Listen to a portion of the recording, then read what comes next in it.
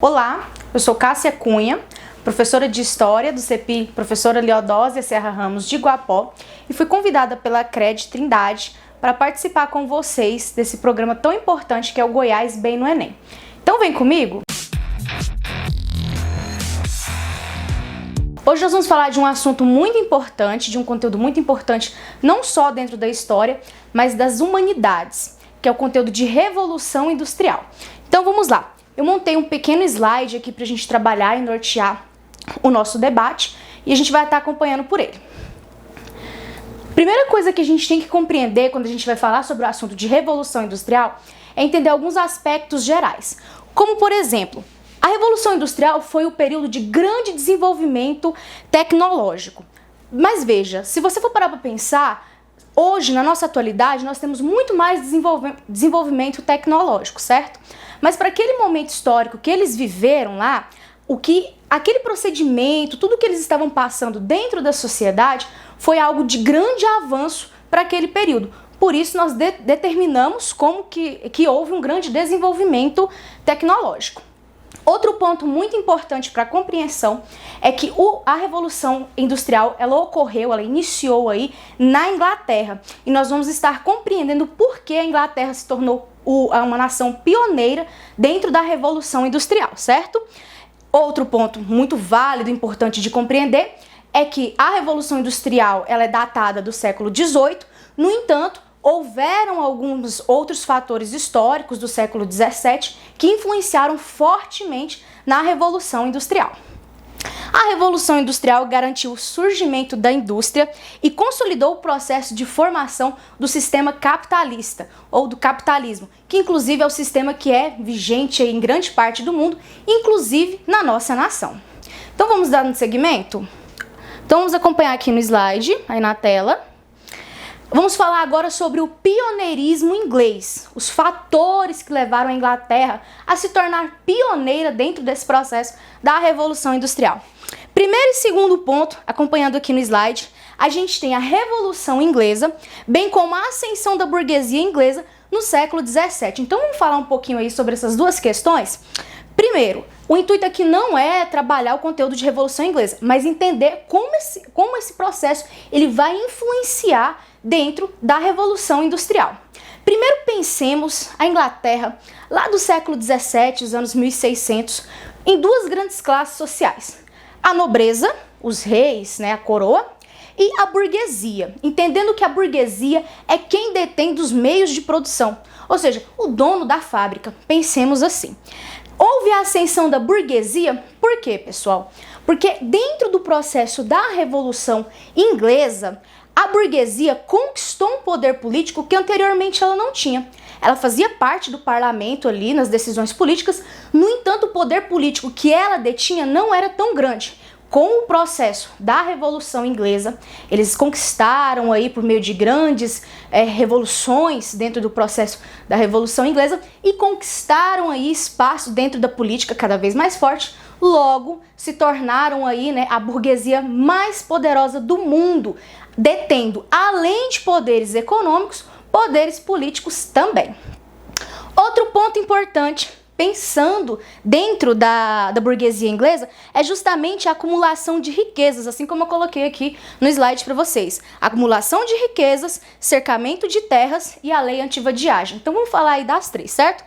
Acumulação de riqueza. Quanto mais o burguês ele produzia, mais ele vendia, mais ele exportava. Logo, mais ele acumulava essas riquezas, ou seja, mais o dinheiro ele representa poder. A questão dos cercamentos de terra, o que isso influencia dentro desse processo? Naquele período, as terras, o campesinato, aí pensemos no campesinato, eles viviam no campo, plantavam, produziam para sua subsistência, ou seja, plantavam e colhiam para comer e sobreviver. Com o processo das leis dos cercamentos, como eu disse para vocês no tópico anterior, que a burguesia era favorecida politicamente, eles decidiam, enfim, criavam leis que os favoreciam, que foi a lei dos cercamentos.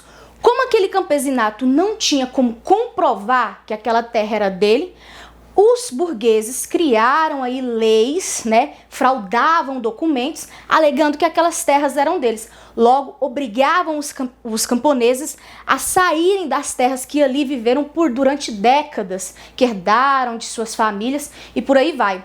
Então esse camponês ele foi obrigado a sair do campo para ir para os centros das cidades, os centros urbanos, para trabalhar, certo? Afinal de contas, ele não tinha como comprovar que aquela terra de fato era dele. Outro ponto importante, pegando, né, o gancho aí da questão do cercamento de terras, foi a lei antivadiagem. E o que quer dizer essa lei? Se por acaso esse campesinato que fez esse êxodo rural, saiu ali do campo para ir para a cidade, fosse pego no centro urbano vadiando, ou seja, à toa, ele ia sofrer um tipo de punição muito severa. Se fosse pego uma vez, ele poderia levar açoitadas, enfim, em praça pública, para que servisse de exemplo para os demais que ali estavam vendo a situação. Se fosse pego mais de uma vez, 2 vezes ou 3 vezes, ele podia até ter um membro de seu corpo amputado, por exemplo, as mãos ou os pés. Então pensem, se uma pessoa, né, com todos os seus membros ali, já era difícil arrumar emprego, imagina, né, com uma mutilação, o quanto seria mais difícil naquele período, uma vez que aquele camponês ele trabalhou a vida inteira no campo, ou seja, o trabalho dele que ele aprendeu, desenvolveu ao longo de sua vida toda foi para o campo, e agora ele tem que trabalhar dentro da cidade desenvolvendo uma outra função. Outro ponto importante e último para a gente compreender o pioneirismo inglês é a primeira máquina a vapor. Isso mesmo, pessoal. A Inglaterra ela detinha da primeira máquina a vapor dentro desse processo da Revolução Industrial. Então vamos seguindo aqui acompanhando o slide. Muito importante para a gente compreender esse conteúdo de Revolução Industrial é compreender as duas classes presentes e fortes nesse momento. Não existiam só as duas, obviamente que tem a coroa, mas é importante compreender tanto a burguesia quanto os operários. Vamos compreender então essas duas classes. Eu gosto de definir a burguesia por vantagens políticas. Ora, como eu disse para vocês anteriormente, né, que com o processo da Revolução Inglesa, eles conquistaram cada vez mais poderes políticos. Então, eles tinham muito mais vantagem política do que, por exemplo, os operários. Outro ponto importante, poder no parlamento, o que a gente acabou de falar. Ou seja, quem definia, decidia sobre leis, eram eles também. E outro ponto extremamente importante que eu citei anteriormente, mas é válido ressaltar, é que a burguesia inglesa era a burguesia mais rica e poderosa do mundo naquele momento, né? Ou seja, pense aí numa classe social que detém de vários poderes e pense em uma outra classe social que está totalmente o contrário. Justamente são os operários, essa outra classe social. Como que a gente pode definir uma palavra que define essa classe? Justamente a exploração, né? Então a gente sabe que a classe trabalhadora ela vem sendo explorada não desse período aqui, gente, muito antes mesmo, historicamente falando. A gente sabe que as classes sociais mais baixas, como os trabalhadores, eles vêm sendo explorados há muito tempo. E aqui é muito importante a gente compreender que esses operários, eles passaram pelo processo do êxodo rural, que eu expliquei lá para vocês anteriormente, né? Saiu do campo e veio para a cidade para trabalhar. Eles viviam situações precárias com alta carga horária, ou seja, o cara trabalhava 14, 16, 18 horas por dia, num dia de 24 horas. Então isso faz o quê? Tem uma condição de vida muito precária, certo? Baixíssima remuneração, mesmo que ele trabalhasse demais, ele ia receber muito pouco por isso. E também, um ponto importante, são as condições de vida precária, dado que esse trabalhador, ele morava ali próximo das redondezas dessas fábricas, respirando um ar nem um pouco puro, né? Muito pelo contrário, um ar totalmente poluído por essas fábricas e tendo condição de vida muito precária nesses centros urbanos, certo? Então vamos dar seguimento aí. Próximo slide. É importantíssimo a gente compreender que essas classes sociais que a gente acabou de estudar, tanto a burguesia quanto os operários, eles não ficaram parados dentro desse processo, vivendo ali dia após dia, todo esse processo dentro da Revolução Industrial. Mas a gente tem que compreender que houveram movimentos dentro desse movimento histórico. E aqui nós vamos citar dois que são muito importantes, o ludismo e o cartismo. Ambos esses movimentos foram realizados pela classe dos operários. Os ludistas, né, do movimento do ludismo, eles protestavam contra a substituição de obra humana por máquinas. O que isso quer dizer? Pessoal, quando você vai estudar sobre Revolução Industrial, é importantíssimo, geralmente seu professor de História ou de Geografia, ele sempre vai falar para você do quê? Da substituição da produção. O que antes da Revolução era uma produção manufatureira, ou seja, era feita com as mãos, agora com o advento da Revolução Industrial, o advento das máquinas, é a produção maquinofatureira. Logo, aquela máquina, ela substituía em certa medida a produção humana, a produção manufatureira, por mais que precisava de um ser humano, né, um homem ali, ou uma mulher, para operar aquela máquina. No entanto, ela substituía essa produção. E um dos principais motivos aí do ludismo foi justamente ser contrário a isso, né? Outro ponto importante, este movimento ele pode ser considerado o primeiro movimento operário de reivindicação de melhorias nas relações e condições de trabalho. Ou seja, historicamente falando, é um dos primeiros movimentos que a gente tem de reivindicação de trabalho pela classe trabalhadora. Tanto o ludismo quanto o cartismo foram movimentos que colocaram em destaque a questão do trabalho e suas condições. Lembrando que o cartismo ele foi um movimento de uma carta redigida com reivindicações que eles exigiam da melhoria de trabalho, né? Então esses dois movimentos, tanto o ludismo quanto o cartismo, eles andavam juntos aí. Outro ponto importante que eu vou deixar uma dica para vocês de estudo, muito importante também, que vai cair de forma transversal no Enem, puxando o gancho de Revolução Industrial, é que nesse processo vai surgir sistemas, principalmente que a gente vai estudar até os dias atuais. Quais sistemas são esses? Eu vou citar 3 para vocês, certo? Que é o socialismo utópico, o socialismo científico e o anarquismo. Então fica aí como dica de estudo para vocês. Então, dando seguimento aí no nosso conteúdo, é importante compreender sobre o avanço tecnológico desse momento que eu citei para vocês lá no início da aula, certo? Mas que avanço foi esse? O avanço tecnológico da Revolução Industrial permitiu um grande desenvolvimento de maquinário voltado para a produção têxtil. Veja que eu coloquei aí neste tópico do slide para vocês.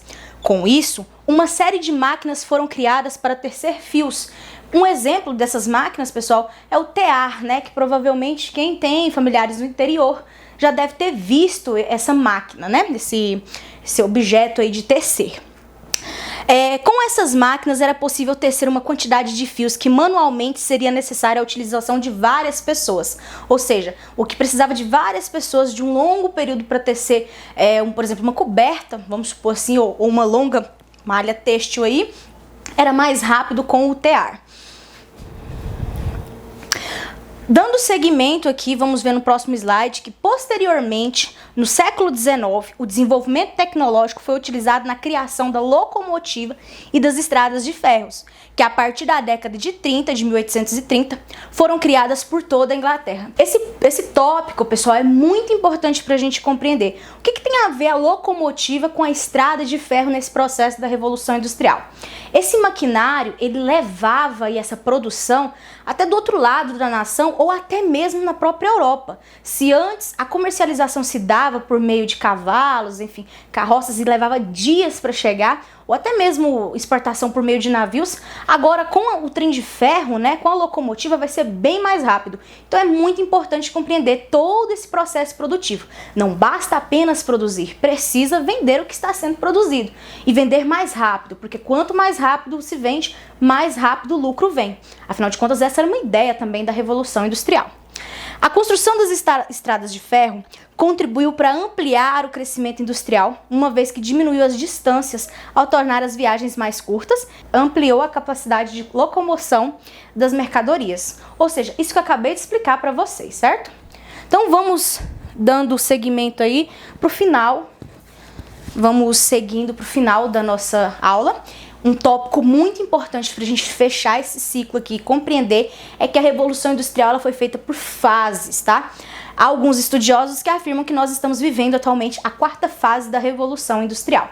No entanto, historicamente, nós estudamos 3 fases. Então, pensemos, a primeira fase dessa revolução, ela se deu no final do século XVII, com o advento aí da Revolução Inglesa, e o início do século XVIII. O principal país marcado por essa fase foi a Inglaterra.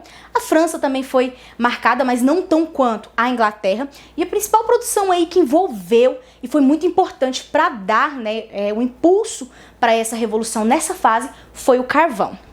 A segunda fase foi no final do século XIX, que foi em toda a Europa, nos Estados Unidos e no Japão. E a principal produção, né, o principal produto que motivou essa revolução, essa segunda fase da revolução, foi o petróleo. Vejam, eu vou deixar com vocês também uma dica de estudo de um conteúdo muito importante que a gente estuda tanto na história quanto na geografia, que é o imperialismo, certo? Que for esse conteúdo de imperialismo, ele tem está tudo totalmente ligado com a segunda fase da Revolução Industrial. A terceira fase, ela ocorreu na metade do século XX no mundo. E o principal produto desse período é justamente as tecnologias de massa, que são essas tecnologias que a gente faz usufruto delas dentro da nossa sociedade.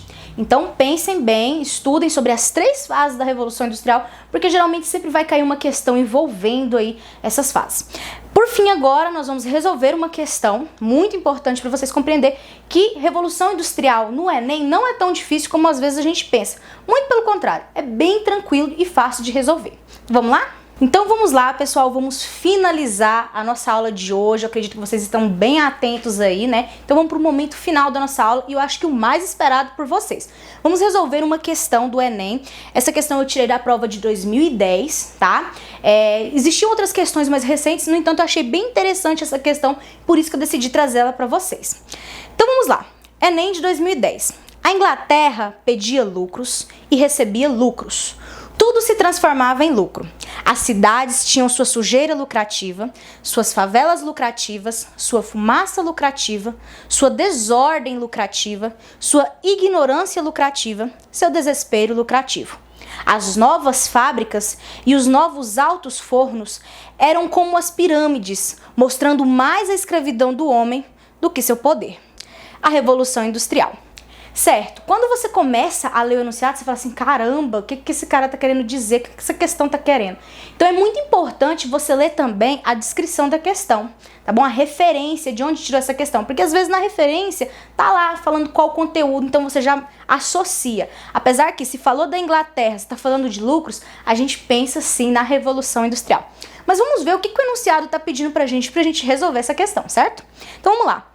Qual relação é estabelecida no texto entre os avanços tecnológicos ocorridos no contexto da Revolução Industrial Inglesa e as características das cidades industriais do século XIX? Muito simples, galera. O que ele está pedindo? Qual que é a relação dessa questão do lucro? Afinal de contas, o foco desse enunciado é falar sobre os lucros e as cidades dentro do período aí da Revolução Industrial. E logo ele está falando já do século XIX, então já teve um grande avanço aí tecnológico das fábricas, mais fábricas cada vez maiores. Então qual que é a relação? Eu gosto de ensinar para os meus estudantes uma forma, existe um macete, são vários, você pode usar o que você achar melhor, mas eu gosto de usar um que é por eliminação. A gente vai eliminando as questões que não condiz muito com o que o enunciado está pedindo. Então vamos pensar aqui das 5 afirmativas que tem, né? Qual aí se encaixa melhor para a gente pensar e responder a nossa questão de forma correta? Então vamos lá, qual que é a relação estabelecida no texto, né, no enunciado, e as características das cidades industriais do século XIX? A relação é a facilidade em estabelecer relações lucrativas, transformava as cidades em espaços privilegiados para a livre iniciativa, característica da nova sociedade capitalista. Vamos pensar nessa livre iniciativa, será que de fato acontecia, tinha um privilégio para essa livre iniciativa, ou seja, para criar-se novas fábricas? Pensem, só cria-se novas fábricas quem tem capital para investir nisso. Então eu acredito que essa questão ela não é a mais adequada, que não é a viável, não é a questão que a gente quer. Então elimina a letra A. Letra B, qual que é a relação? É o desenvolvimento de métodos de planejamento urbano aumentava a eficiência do trabalho industrial? Pessoal, eu pergunto a vocês, existia planejamento urbano nesse momento? Pensemos nessas cidades industriais lá da Inglaterra, tinha planejamento urbano? Muito pelo contrário, não havia. Então elimina também a letra B. Letra C. A construção de núcleos urbanos integrados por meio de transportes facilitava o deslocamento dos trabalhadores das periferias até as fábricas? Você pode ficar com dúvida nessa. No entanto, esses trabalhadores, eles moravam próximos às fábricas e não era comum eles irem aí, né, ter esse deslocamento por meio desses transportes para ir para trabalhar nas fábricas. Então, elimina também a letra C. Letra D. A grandiosidade dos prédios onde se localizavam as fábricas revelava os espaços e avanços da engenharia e da arquitetura do período, transformando as cidades em locais de experimentação estética e artística. Gente, mais fora de conexão do que essa questão, acho que nada, né? Porque, olha, experimentação estética e artística não era foco deles pensar em estética, em arte naquele momento. Os caras pensavam em produzir. Então, esse não era o foco. Em produzir cidades, em construir cidades aí com estética e arte. Esse não era o foco. Então, nos restou a questão letra E. Pode ser que você tenha dúvida na hora de responder a prova, mas vamos ler a questão. O alto nível de exploração dos trabalhadores industriais ocasionava o surgimento de aglomerados urbanos marcados por péssimas condições de moradia, saúde e higiene? Exatamente, ele não quer saber qual que é a relação, né, do texto, do enunciado, que está me falando de lucro a todo momento, com a relação aí das características das sociedades industriais do século XIX, é justamente essa. É o que? O alto nível de exploração dos trabalhadores industriais, ou seja, que trabalhavam naquelas fábricas, que ocasionava o surgimento de aglomerados urbanos, certo?